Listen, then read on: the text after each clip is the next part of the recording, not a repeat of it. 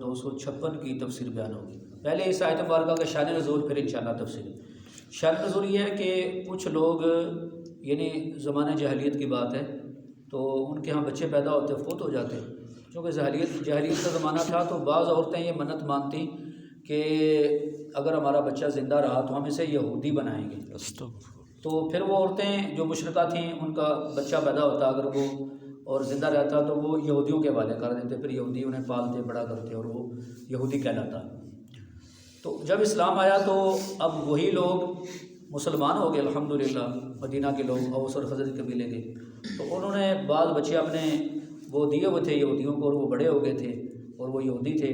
تو اب ان مسلمانوں نے ارادہ کیا کہ ان کو واپس لے کے انہیں مسلمان ہم بنائیں اور زبردستی انہیں اسلام میں داخل کریں۔ تو اس پر یہ آیت مبارکہ نازل ہوئی اور یہ کہہ دیا بھی دین میں کوئی زبردستی نہیں ہے، اگر وہ اپنی اسلام کو، دین کو سمجھ کے اپنی خوشی سے دین میں آتے ہیں تو ٹھیک ہے، لیکن اگر وہ یہودی بن گئے ہیں یا کوئی اور مذہب قبول کر لیا تو ان پر کوئی زبردستی نہیں ہے۔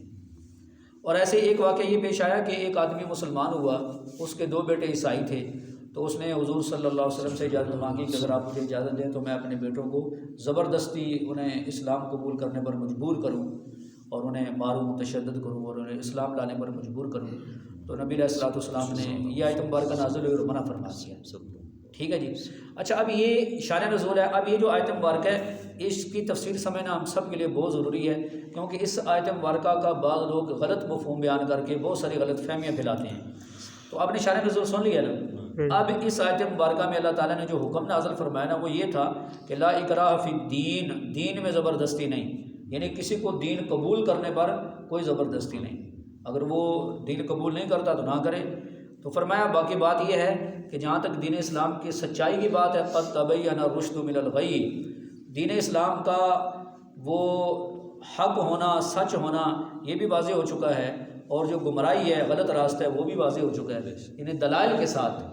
حضور صلی اللہ علیہ وسلم پر جو قرآن نازل ہوا یہ دلیلوں سے بھرا ہوا ہے، اور نبی علیہ السلام نے خود بھی اسلام کی حقانیت کی دلیلیں بیان فرمائیں۔ تو فرمایا اسلام کی حقانیت تو واضح ہو چکی ہے، رشد سے مراد یہاں اسلام ہے، دین اسلام ہے، ٹھیک ہے جی، اور گمراہی بھی واضح ہو چکی ہے۔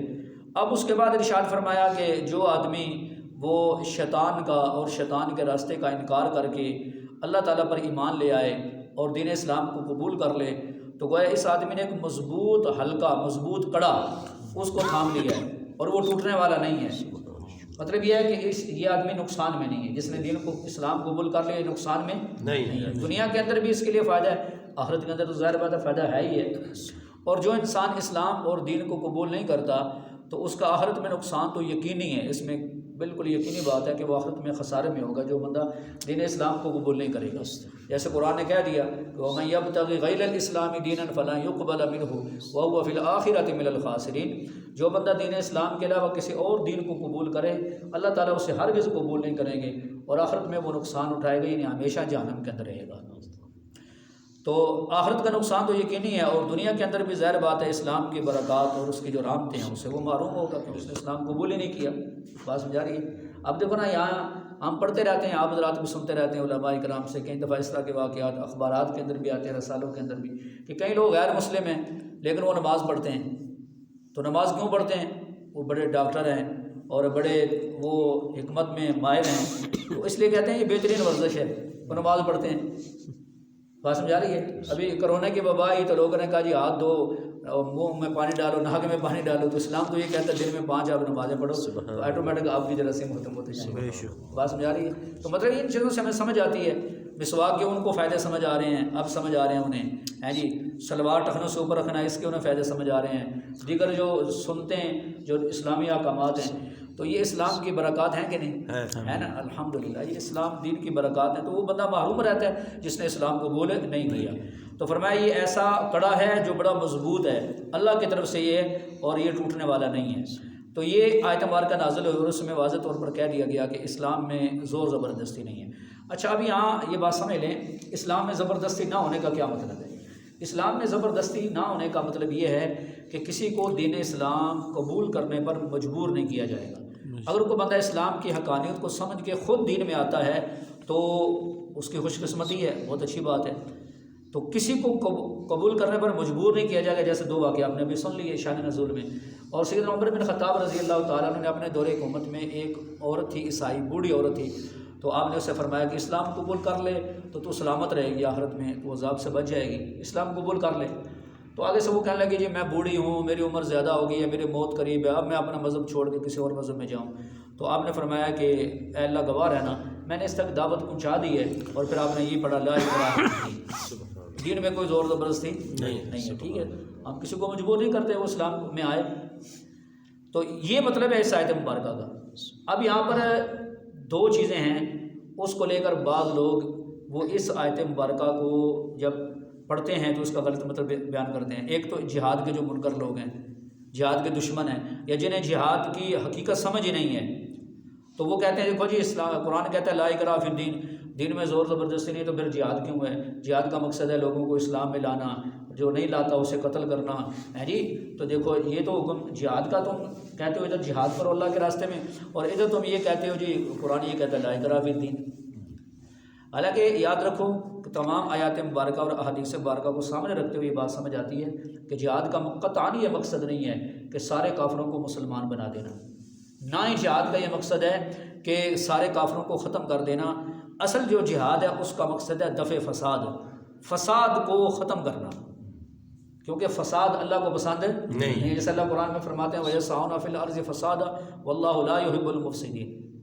اور یہ کافر لوگ زمین میں فساد مچاتے ہیں، اللہ تعالیٰ فساد کو پسند نہیں کرتے. تو اور دوسرے لفظوں میں یوں کہہ لیں جہاد کا مقصد ہے اسلام کے راستے میں رکاوٹوں کو دور کرنا. اسی وجہ سے جہاد کے لیے بالکل ایسے اصول ضابطے اور مسائل ہیں جیسے نماز روزے کے مسائل ہیں. بات سمجھا رہی ہے؟ جہاد اندھا دھند نہیں ہے بس جی تلوار اٹھا لو بندوق اٹھا لو اور جس کافر کو، نہ ہر کافر کو مارنا بھی جہاد نہیں ہے. بات سمجھا رہی ہے؟ جہاد کے بھی بالکل ایسے مسائل احکامات ہیں جیسے نماز روزے کے مسائل ہیں. تو اصولی بات یہ سمجھ لیں کہ جہاد کے لیے شریعت نے ہمیں یہ اصول بتایا کہ جب کوئی مسلمان کسی جگہ جہاد کرتے ہیں تو پہلے انہیں اسلام کی دعوت دی جائے. اگر ان تک اسلام کی دعوت نہیں پہنچی تو انہیں اسلام کی دعوت دی جائے. اگر وہ اسلام قبول کر لیتے ہیں، کیونکہ اسلام کی دعوت سے مقصد ان کا فائدہ ہے کہ وہ ہمیشہ جہنم کی آگ میں نہ جلیں، ٹھیک ہے نا، یہ مقصد ہے. اگر وہ مر گئے کفر کی حالت میں مر گئے تو کہاں جائیں گے؟ جہنم میں جائیں گے نا. تو مقصد یہ ہے کہ انہیں ہمیشہ کے نقصان سے بچانا، انہیں دعوت دی جائے. اگر وہ دعوت کو قبول نہیں کرتے تو پھر دوسرے نمبر پر انہیں یہ کہا جائے گا کہ پھر تم مسلمانوں کے محتاط ہو کر رہو، تم جزیہ دو مسلمانوں کو اور مسلمان تمہارے جان مال کا تحفظ کریں گے، تم مسلمانوں کے محتاط ہو کر رہو. اور اگر ایسا بھی نہیں ہوتا کہ وہ کلمہ بھی نہیں پڑھتے، دوسرے نمبر پر مسلمانوں کے محتاط بھی نہیں ہوتے، تو تیسرے نمبر پر پھر جہاد ہے، پھر ان کے ساتھ جہاد ہوگا. یہ تیسرے نمبر پر آپشن رکھا گیا ہے. تو اب اس میں اسلام قبول کرنے پر انہیں مجبور نہیں کیا گیا. دوسرا آپشن انہیں دیا گیا کہ وہ مسلمانوں کے محتاط ہو کر رہے، یہ دوسرا آپشن ہے. تو یہ جہاد کا مقصد دفع فساد ہے. جہاد کا جو مقصد ہے میرے بھائیوں وہ یہ ہے کہ زمین کے اندر اللہ تعالیٰ کا نظام قائم ہو اور اسلام غالب ہو کر رہے، اسلام مغلوب نہ ہو، اسلام کو شکست نہ ہو.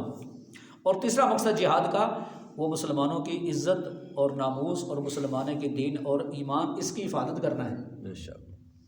اس میں اللہ تعالیٰ نے جہاد کو اس لیے نازل کیا. میں اکثر مثال دے کر بات سمجھاتا ہوں کہ جیسے دیکھو ہر ملک کی فوج ہوتی ہے، دفاعی ادارے ہوتے ہیں، اور ان کا کام یہ ہوتا ہے کہ اپنے ملک کی حفاظت کرنا، چوروں سے، ڈاکوؤں سے، دشمنوں سے وہ کیا کرتے ہیں؟ حفاظت کرتے ہیں. آپ کو بندہ کہ اوہ یہ ملک کی فوج کتنے ظالم ہے، یہ چوروں کو مارتے ہیں. چور بھی تو انسان ہے، کیوں جی بولو نا، چوروں کو مارتے ہیں یار، اوہ یہ قاتلوں کو قتل کرتے ہیں، یہ ڈاکوؤں کو پھانسی پہ چڑھاتے ہیں، یہ گولی کیوں مارتے ہیں، دہشت گردوں کو کیوں مارتے ہیں، اوہ یہ تو بڑے ظالم ہیں، وہ بھی تو انسان ہے.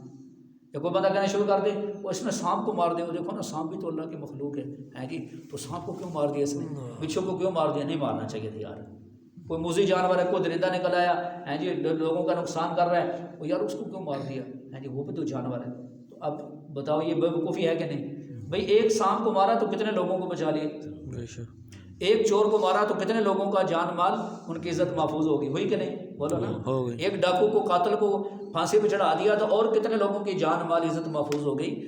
تو بالکل ایسے میرے بھائیوں جو فسادی ہوتے ہیں، جو مسلمانوں کی عزت اور ان کی آبرو اور مسلمانوں کے ماؤں بہنوں بیٹیوں کی عزتوں سے کھیلتے ہیں اور دین اسلام کو مٹانا چاہتے ہیں، اللہ کے کلمے کو، تو جہاد اس لیے آیا کہ یہ ان لوگوں کا علاج ہے. ان لوگوں کا کیا ہے؟ علاج ہے. آپ دور کی بات چھوڑیں، آپ اپنے صرف پڑوس میں دیکھ لیں، انڈیا میں آج کل ہندو ایک تحریک چلا رہے ہیں وہاں، کہ مسلمانوں کو مٹاؤ، ختم کرو ہندوستان سے۔ اب یہ عجیب لوگ ہیں جو جہاد کا منکر ہیں، مسلمان بس چوزوں کی طرح ذبح ہو جائے تو یہ کہتے ہیں اسلام یہ اخلاق سکھاتا ہے، جی اسلام میں زبردستی نہیں ہے۔ تو بھئی کون کہتے ہیں اسلام میں زبردستی ہے؟ جہاد تو ہے ہی سارے دین کے تحفظ کے لیے اللہ نے نازل کیا ہے۔ اتنی بات آپ کو سمجھ آ گئی؟ تو دوسری جو بات کرتے ہیں اس کا جواب انشاءاللہ کل دوں گا تفصیلاً۔ اللہ تعالیٰ ہمیں سمجھنے کی اور عمل کی توفیق عطا فرمائے۔